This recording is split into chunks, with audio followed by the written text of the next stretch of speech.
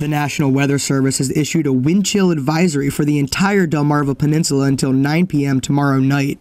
Forecasters are expecting the wind chill to drop as low as -10 degrees. The ground is pretty much froze. John Roberg is a private contractor in charge of fixing the irrigation system on Rehoboth Avenue. Having to work in such harsh weather conditions has forced him to make some adjustments to work comfortably in the cold. Shoveling fast, stay warm, man. I got 6 layers of clothes on, and if I get hot, I can take one off, but when you don't have enough shirts, then you're in trouble. With temperatures dropping this low, hypothermia and frostbite are very real concerns. This can be especially dangerous for Delaware's estimated 6,000 homeless people. Really, when people are out in the cold for more than 2 hours and it's consistently below 40 degrees, they are at risk for hypothermia. Shelters like the Emmanuel Emergency Shelter in Rehoboth Beach give homeless people a safe, warm place to spend the night, and they are always looking for volunteers and donations. Our effort is to protect people from the bitter cold and hopefully save life and limb. We're all just one step away from being homeless. It's one bad accident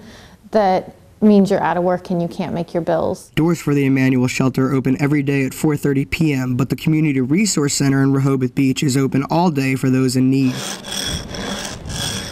In Rehoboth, Nick Gruber, WRDE Coast TV News.